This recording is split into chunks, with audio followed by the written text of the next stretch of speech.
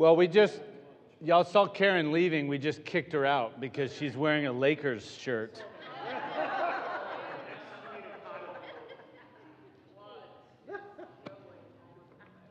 Oh, I thought she was going to be coming back in. She had to go somewhere. We didn't kick her out. Okay. Yeah, it's recorded now. That's right. Okay, so it's time to get started, and we're in 1 Samuel. We're going to be in chapter 20. One of the, I think this is one of the more well-known stories of Samuel, but I might be wrong about that. You can chime in if you think that's true or not. This is David and Jonathan together, and we're going to read through. I'll just stop when I feel like it's good time to start observing, but the hope is to get through the whole chapter tonight, because next week then, I've actually already worked on the map for this, okay? Wait, let me rephrase that. I already worked on finding the right map for this. I didn't make a map. But in the next, no, well, what is next week? No, okay, thank you for that. Next week is Ash Wednesday, and then the week after that is spring break. Oh gosh, you're right. I've got Glory Moody in my head, because yesterday we had this whole conversation in the hallway. She's very right. Not meeting next week, we'll have Ash Wednesday, but we will have service, and we want you all to come to that. We'll be imposing the ashes. And then the week after we will meet, and then is spring break. But you don't have to think that far ahead. We'll let you know every single week. Ash Wednesday next week. Dinner will start at 5:30. So we get here a little early so we have more time, and then we'll start worship. I think we're starting at 6:30. Dinner, and then we'll go to Ash Wednesday. We will also, on Ash Wednesday morning at 7 a.m., we're going to have an imposition of the ashes if you want to receive ashes early in the day. It won't be a full-blown service. We'll have time of reading Scripture. We're going to give thanks over the ashes. We're going to have some time for prayer, and then we're going to do the imposition of the ashes. So that's really all, because I just want to have ashes on my own head as I walk through my day, because every year I do the service, and then I go home and take a shower and go to bed. But there's something for me about getting the ashes and walking around through my day. It's a sign to the world. Hey, I'm here in the place of repentance. So dinner's at 5:30. Okay, what else should we deal with before we get started? I'm not going to talk about the Yankees hat back there. Okay. So 1 Samuel chapter 20. 1 Samuel chapter 20, and we're going to pick up here in verse 1. Remember that Saul has now tried to kill David a second time by throwing the spear against the wall. David has now fled, and he has gone to Samuel, who is in Ramah, and they have gone to the place, the collection, what do we call it, like the abode of the prophets, kind of a little community gathering for the prophets. And every time some people have come to get David on behalf of Saul, they end up prophesying. They can't help it. The Spirit of God is that strong. And so now we enter into this next phase. Saul, they ask the question, is Saul among the prophets? And then the author just makes a big pivot here. And now we start chapter 20, verse 1. Then David fled from Naioth at Ramah and went to Jonathan and asked, "What have I done? What is my crime? How have I wronged your father that he is trying to take my life?" "Never," Jonathan replied. "You are not going to die. Look, my father doesn't do anything, great or small, without confiding in me. Why would he hide this from me if not so? Or it's not so." But David took an oath and said, "Your father has known very well that I have found favor in your eyes, and he has said to himself, 'Jonathan must not know this, or he will be grieved.' Yet as surely as the Lord lives and as you live, there is only a step between me and death."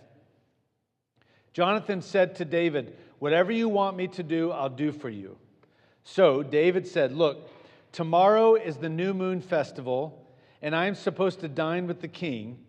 But let me go and hide in the field until the evening of the day after tomorrow.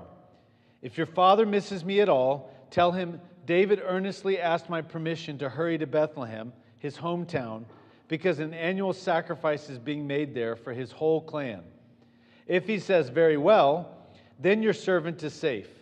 But if he loses his temper, you can be sure that he is determined to harm me. As for you, show kindness to your servant, for you have brought him into a covenant with you before the Lord. If I am guilty, then kill me yourself. Why hand me over to your father? Never, Jonathan said. If I had the least inkling that my father was determined to harm you, wouldn't I tell you? David asked, who will tell me if your father answers you harshly? And then we'll pick up there in a second. So we're just going to pause there for a minute. Verse 10. What is it that you guys are observing in this text? Challenges. Say more about that. Challenges that Jonathan doesn't know what Saul's kind of thinking. Okay. So we seem to be in on a conversation where Jonathan is finding out for the first time that Saul is trying to kill David. Or at least the idea that this might be possible. Okay, what else are we seeing?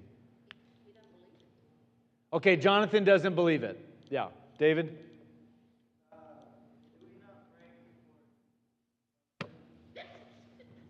I got distracted, David, and you're right. Do you want to say the prayer for us? I'm just kidding, I'll pray. All right, Father, we're grateful for this time and for David reminding us that it all begins by asking you to come and illuminate this word for us. We want to meet you here in your scriptures. So come and speak to us. Amen. Thank you very much. Okay, what else are we noticing in this text? Keith?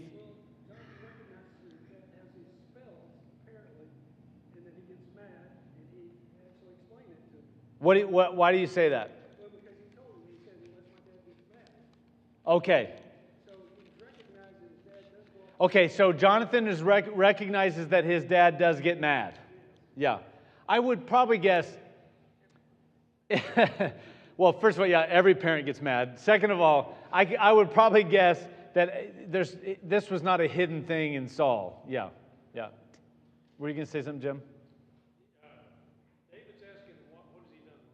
Okay, yeah, he's asking the question, what have I done wrong? What's the crime that I have committed? Why is it, in essence, why is it that your dad's trying to kill me? Yeah, Ruth? David's relying on Jonathan for his next move. Okay, say a little bit more about that. Well, he's going to listen to him and he's either going to hide, come back, or not, whatever Jonathan tells him. Got it. He's relying on Jonathan for what he's going to do next. Jonathan is becoming an advisor here for David. Great. Okay, what else? Anything else? Pam?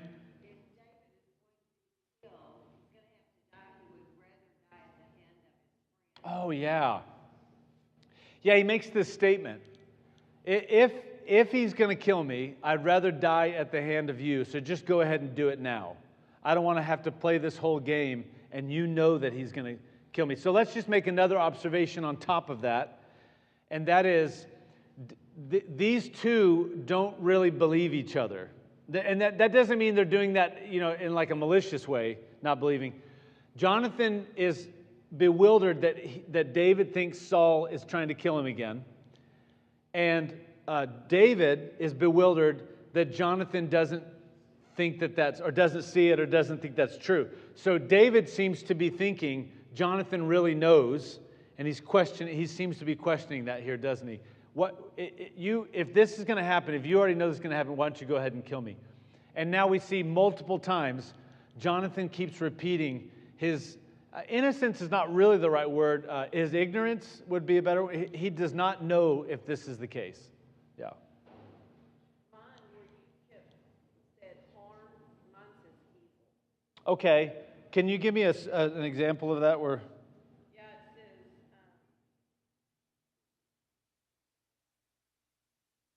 says, In verse 7? yeah, where But if he loses his temple, you can be sure that he is determined to harm me. And what does yours say? be sure that evil is determined by him. Oh, okay. Evil is determined by him. Oh, that's an interesting way to say that. Yeah. Okay. Anything else? Yeah. David's on the run again. He fled from Naboth and Ramah Right. straight to Jonathan. Yes. To what Ruth was saying. It shows how much he trusts. Okay. He finds refuge in. Yeah. All right, you're dancing on interpretation, but okay. What's going on here is you're just noticing, okay, in the last passage, he ran straight to Samuel, and we took note of that. That shows the importance of Samuel in the life of Israel, in particular in the life of David. Now his next move is to run straight to Jonathan. And so I'll put this into a question. Does that mean he sees Jonathan as somebody who's also as important as someone like Samuel? Yeah, absolutely. Did I see a hand coming up over here? Okay. All right, anything else that you're noticing? He doesn't know why Saul was wanting to kill him. Yeah, he doesn't know why Saul's wanting to kill him. And I think probably, let's just start here as a jumping off point. Okay, clearly Saul is trying to kill him, and he's on the run. And I think we have a number of things that are being exposed in this moment. First is, we've talked about the theme of the departure of the Lord's Spirit from Saul and the Lord's Spirit now being put on to David. And we talked about how even the soothing nature of David that we see with Saul, as Saul goes into these fits of rage, an evil spirit comes upon him and he goes into these fits. And we talked about how we know the importance of David there as a soother. And we've wondered, is that part of the Spirit of God that's upon him and those kinds of things? But another element to that is that Saul, even though he found himself really loving and caring for David, he's balancing that with his disdain for David because of what it means for his own kingdom. And it's not coming out in any sort of like rational conversation, is it? It's coming out in these fits of rage that in essence David's like, I don't understand what's happening in this moment. Not only that, but if you remember, we're being brought back to a couple of chapters ago where Jonathan works with Saul on behalf of David to come to some sort of peace. And you remember a covenant is made. I won't kill him. And so do you remember how it said it, and I think it was 2 weeks ago. No, it was last week, wasn't it? Once more, he brought him to Saul, and David was with Saul as before. Okay, so everything had calmed down. And now all of a sudden, it's going again. So now when he comes to Jonathan, Jonathan clearly knew all of this the first time. Now he comes to Jonathan a second time, and he's like, hey, the very thing that Jonathan has actually said to him, he makes no decisions. Nothing happens that I don't know about. And David's like, yeah, that's right. That's how you knew the last time.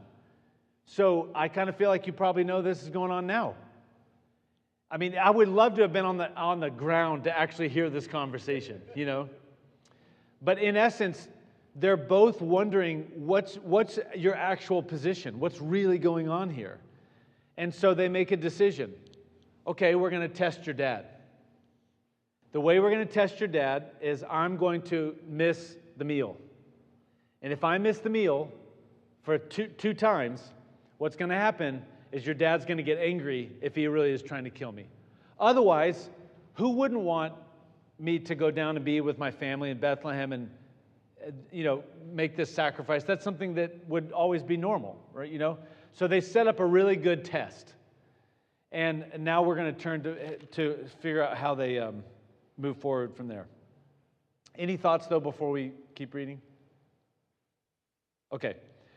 Verse 11. Come, Jonathan said, let's go out into the field. So they went there together. Then Jonathan said to David, by the Lord, the God of Israel, I will surely sound out my father by this time the day after tomorrow. If he is favorably disposed toward you, will I not send you word and let you know? But if my father is inclined to harm you, may the Lord deal with me, be it ever so severely, if I do not let you know and send you away safely. May the Lord be with you as he has been with my father. but show me unfailing kindness like that of the Lord as long as I live, so that I may not be killed. And do not ever cut off your kindness from my family, not even when the Lord has cut off every one of David's enemies from the face of the earth." So Jonathan made a covenant with the house of David, saying, "May the Lord call David's enemies to account."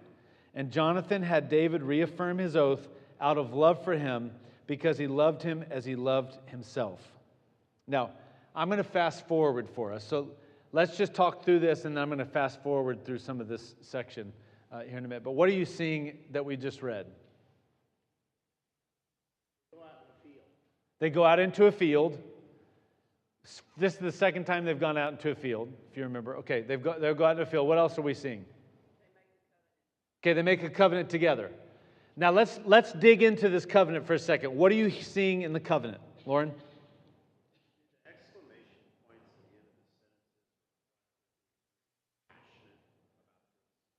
the end of the sentence. I think that the exclamation points are supposed to be there for it to reflect passion about this. Those are English editions. Say that again? No, I think there's probably some, they're amped up. Yeah. Okay. Yeah. You're noticing that they're excited. Yeah, worked up. I'm not sure how to make this observation without doing. Go for it. Just go for it. But Jonathan is talking as though he recognizes David is going to be in a position of power. That's a great observation. And this is really what I want to get to. Jonathan is speaking, David says, as if he knows that David will be in a position of power later in life and that his own future is at risk. Is that fair enough? Here's why we say that. Here's the covenant. Be kind to me. Show me grace so that I may not be killed.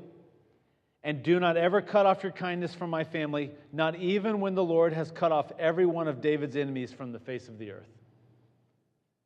That is like very insightful for someone who's in a field, not even thinking his dad's trying to kill him, right?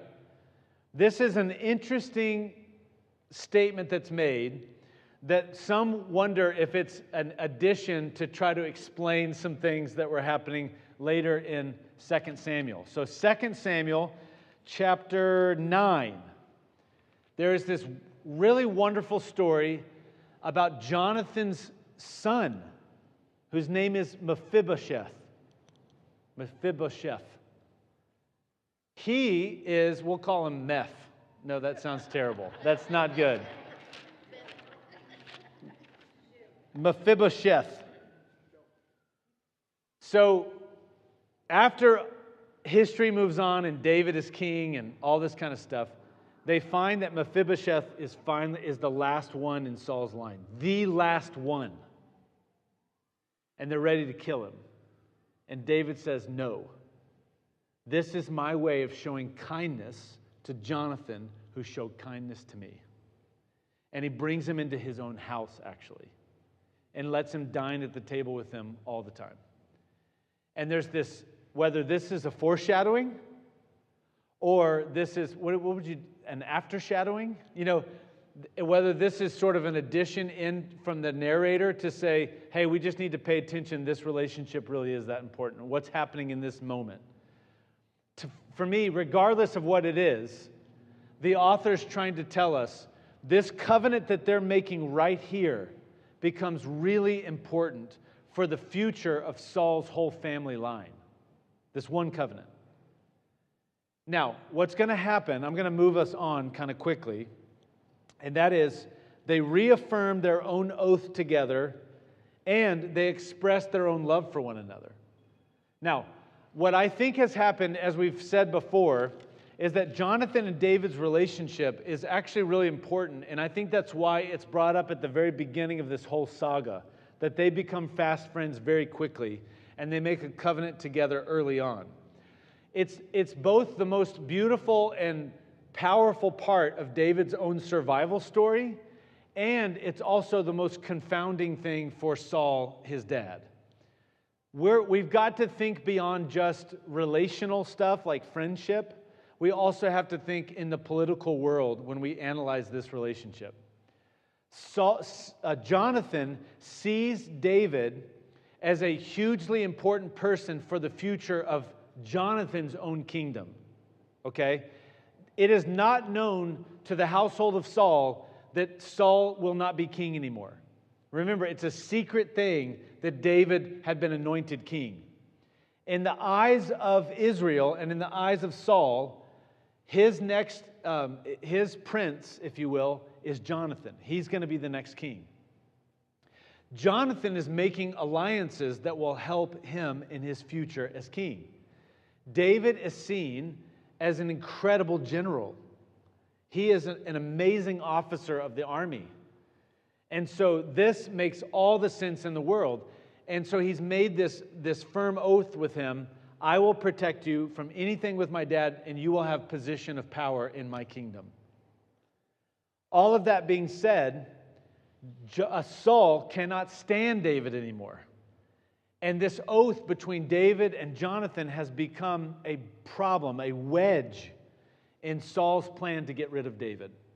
He desperately needs to get rid of David because he knows that this is going to kill his own kingdom.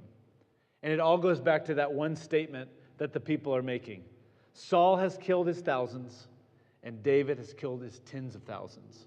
Ruth? Jonathan says one sentence, may the Lord be with you as he used to be with my father. Yes.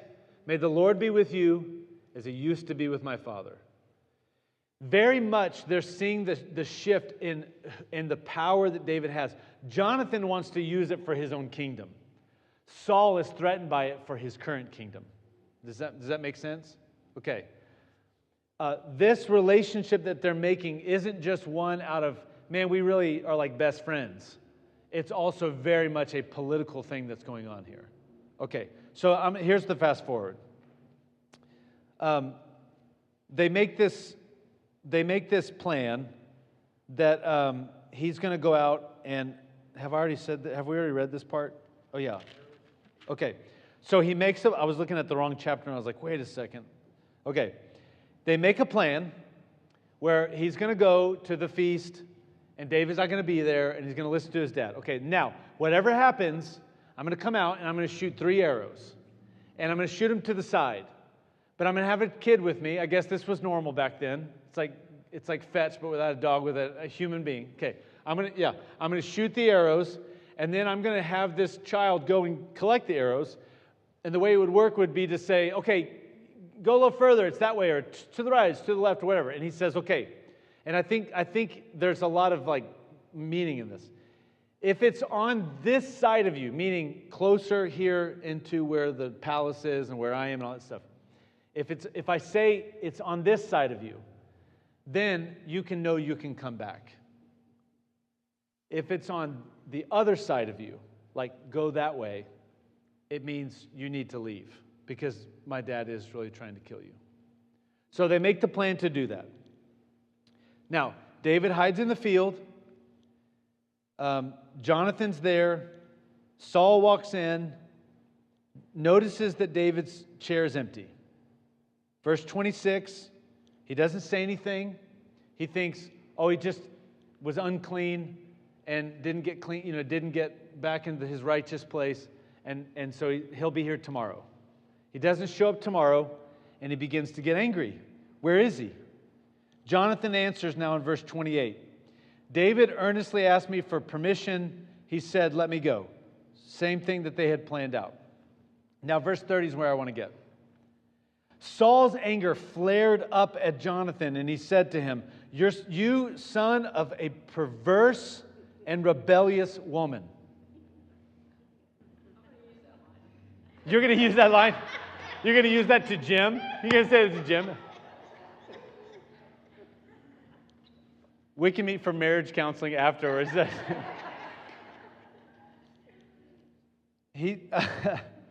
I've lost my place there. Okay. Don't I know that you have sided with the son of Jesse to your own shame and to the shame of the mother who bore you? As long as the son of Jesse lives on this earth, neither you nor your kingdom will be established. Now send and bring him to me, for he must die. Why should he be put to death? What has he done? Jonathan asked.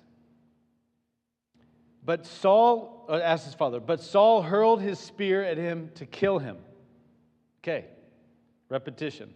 Then Jonathan knew that his father intended to kill David. Jonathan got up from the table in the fierce anger. On that second day of the month, he did not eat because he was grieved at his father's shameful treatment of David. Okay, we'll stop there for a second. What are you noticing here? Who did Saul throw the sword at this time? Jonathan? Saul throws his spear at Jonathan this time. Yeah. He's a terrible shot. Yeah, he's a terrible shot. Yeah. What else are you guys noticing? Saul's got a foul mouth. Say more about that, Julia. It'd be inappropriate. He's definitely shaming Jonathan, and he uses the old "your mother," to get to him. Yeah. He's abusive. He really is abusive. Yeah. Yeah, Nancy? Yeah, okay. Yes, Saul wants to kill David. Let's not miss some of the clear observations. Okay, it grieves Jonathan. Absolutely. Jonathan is waking up, isn't he? David was right. Okay. One of the things, though, that we find is how quickly Saul moves to anger. Just in a brief moment. And accusations. Yeah. What? Saul threatens Jonathan. Saul threatens Jonathan. For as long as the son of Jesse lives on earth, neither you Okay. nor your kingdom will be established. I really want to put a pin in this verse right here. Okay? This is verse 31. As long as the son of Jesse lives on this earth, neither you nor your kingdom will be established. And I want to come back to that to do a lot of digging, and it sounds like David wants to do some too. Yeah. Sorry, David Arthur wants to do some too. Yeah, Jonathan's asking the same questions. Why is it that he should die? Yeah, Nancy? Okay. Wait, don't go there yet. But you're observing that Saul is calling him Jesse's son instead of David. Yeah, and we'll come back to why you think that's the case. Okay. Pam?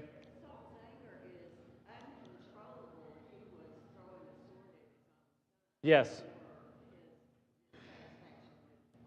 Yeah.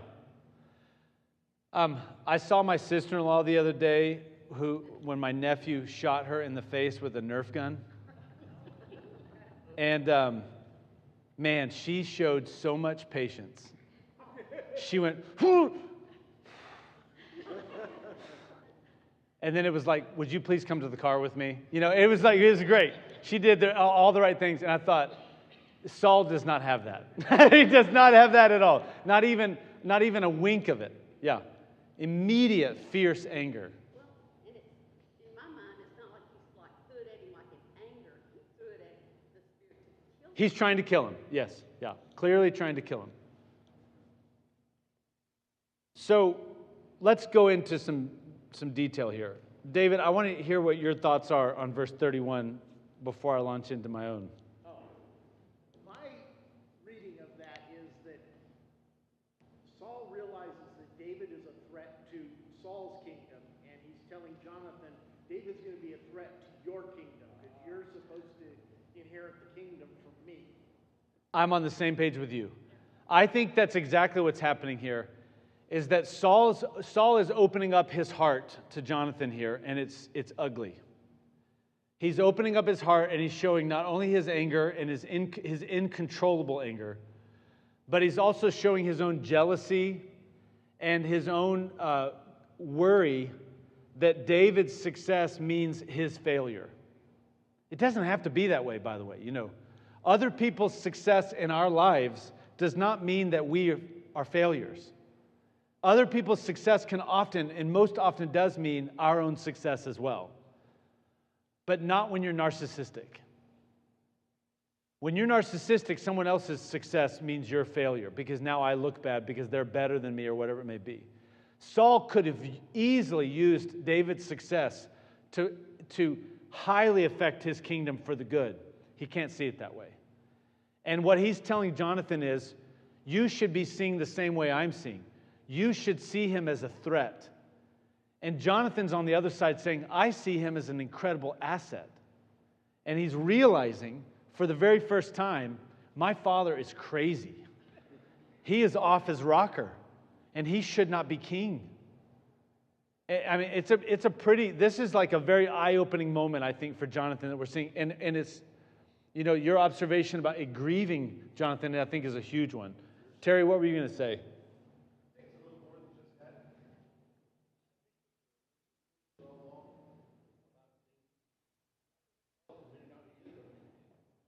Yeah. I mean, I think you may be very right. I think Saul probably does know that he's losing his kingdom, like absolutely, and that David will be king. Whether he's willing to say that to, well, I guess that is kind of what he's saying. Yeah, he actually thinks that the kingdom will be lost to David. I think that's why he wants to kill him. Yeah, absolutely. Yeah. Nancy, tell me a little bit about what you're saying. He's calling him son of Jesse, not David. Now say what you were going to say.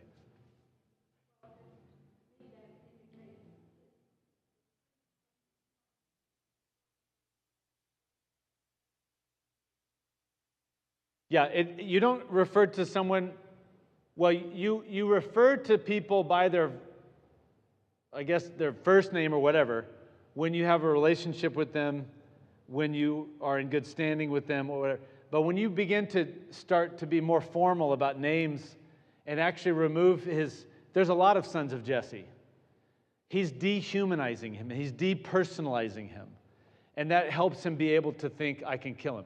Look, that's what every dictator does. You want to get rid of a whole group of people, you dehumanize them. You start to talk as if they're not real people. And it makes our anger at them much more easy, And it makes our ability to harm them in a big way, like even kill them, it's much more easier because I'm not killing another human, I'm killing this piece of dirt, And so that's what Saul's doing in this moment too. He's dehumanizing David. And of course, it's so he can kill him. Now, Jonathan goes out and he does exactly what he said he's going to do. And he says, isn't the arrow beyond you? And then he shouts, hurry, go quickly, don't stop. Boy gets the arrows. I don't know how he gets the arrows because he's giving him maybe he just absolutely shot them where they were supposed to be. Boy gets the arrows and he sends him back home. And it's so interesting because the author says to us in verse 39, the boy knew nothing of all this, only Jonathan and David knew. I wonder why he wanted to add that in. I have no idea. But then he sends the boy back, and then they get to have a final farewell moment. And we'll just read that. After the boy had gone, David got up from the south side of the stone, bowed down before Jonathan 3 times, with his face to the ground. Then they kissed each other and wept together, but David wept the most. Jonathan said to David, go in peace, for we have sworn friendship with each other in the name of the Lord, saying, the Lord is witness between you and me, and between your descendants and my descendants forever. Then David left, and Jonathan went back to the town. What are you noticing in this passage? It is sad. I think the author does a great job of helping us recognize the emotions here. Yeah.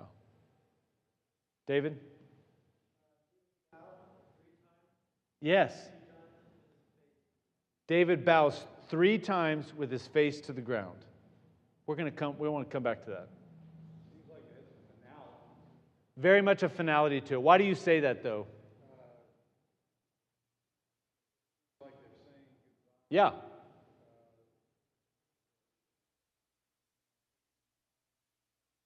That's right. We've watched this in movies thousands of times, haven't we? The farewell, the long farewell. the weeping, the crying, very much has a finality to it. Yeah. Melanie? Seems have finality because they said, I will honor your descendants. Yeah. And you will honor mine. Yeah, they're even talking about the descendants. Yeah. Yeah. Dan? I know. I know. I'm so glad you picked up on that. I just thought that was to, you go, and that way I don't have to. Yes. Yeah, it is a little anticlimactic with the whole arrow thing, isn't it? Yeah. It was a great plan, a very clandestine way of communicating, but then all they have to do is send the boy back and then they sit there and visit. It is a really, why didn't you just go visit? Yeah, I have no idea. Yeah. Bo? Okay.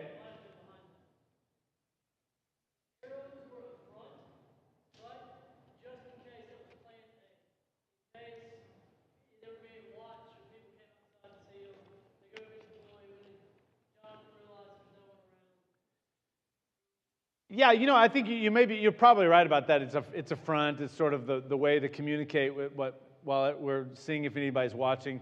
The other thing is that maybe that's why the author is talking about how the boy didn't know. This boy's going to go back into town. He's going to say, "Oh yeah, I was shagging arrows for Jonathan," and everybody goes, "Oh, I guess that's what he was doing out there." But yeah, it probably was a front. Yeah, but it is just funny. Why didn't you just shout? Hey, go! Yeah. That could be a scene in Monty Python. That could be. It could be. What else? Well, it's an observation and an interpretation. Okay. Jonathan goes back to where his father is and he's trying to kill him. And that's the observation. Okay. Why would you go back to someone who wanted to kill him? Yeah, that's not an interpretation. That's a good question. It's a human question. Melanie's saying she notices Jonathan goes back to Saul, and when he just tried to kill him. And the question is, why would you do that? Why not run yourself? And so I think we're going to end up coming to some more of the saga between Jonathan and Saul here in a couple weeks. Let's go to the bowing down. Does anybody have a note in your Bible about it? Oh, Pam, you were ready. Go for it. It is a sign of respect and Submission. Yeah. Submission and respect. Very much. Okay. Now, who has the power in this situation? Think about that for a second. Who do we think has the power in this situation just off the top of our head? David. Why do we think that? He's been anointed. He's beloved. Everybody's endeared to him. Okay. But who has the real power in this situation? It's Jonathan. Why? He's the prince. Position, information. That's exactly right. He really is the person of power in this situation. Not only that. So there, you have that piece, okay? In essence, what David has said is, I'm putting my life into your hands. Now, when that happens, and he's given him the news go, now he's going to come to him in a place of honor and respect because he knows that Jonathan has done him right, has honored his life by helping to save him. So in a place of submission and humility, I'm going to bow to you. But there's also this straight up reality that he is the prince. He has authoritative position by actual position in the kingdom. And David, he will do this with Saul throughout Saul's entire life. He still honors the king. He's going to have spoiler alert, he's going to have multiple opportunities to kill Saul himself and stop this whole madness. And he never does. Because he has said, I will not kill the Lord's anointed. He honors those who are above him. And that's what he's doing in this moment. He's showing his own honor of Jonathan for all of these reasons. And he's bowing down 3 times because there's a number of finality to that. There's a fullness to it.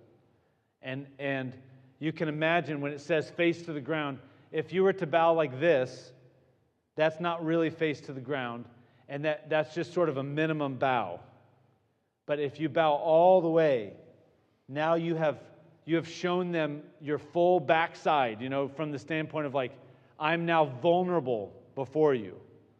And so he bows face to the ground. That's the lowest you can bow. That's the biggest honor to give to somebody. Yeah. Not a lot of bowing, though, I guess there is in the Bible, before the Lord. But we don't have a lot of stories of people bowing to other people. This is kind of a unique and special one here.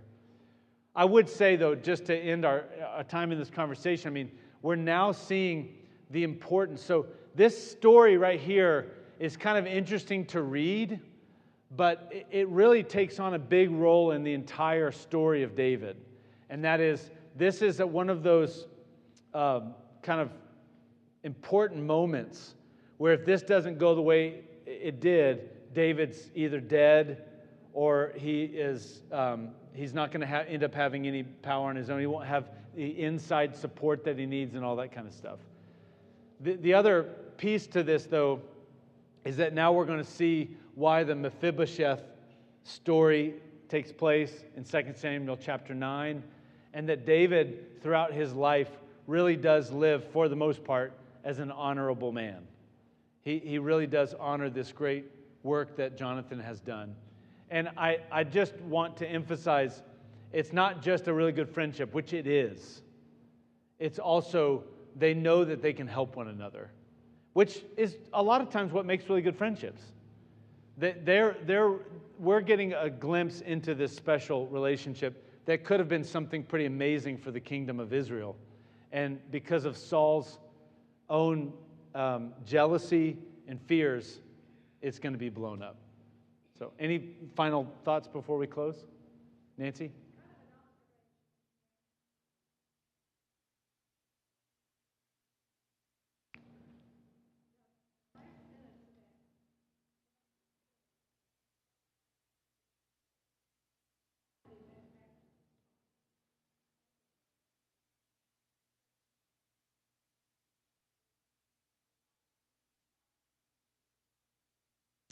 Sure.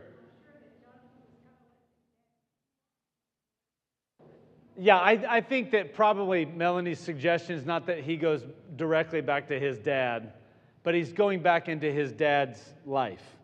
He's going back to the town. I would imagine he would let his dad cool off quite a bit. But at least he's going back. He's not running. He's going back to the town. David leaves.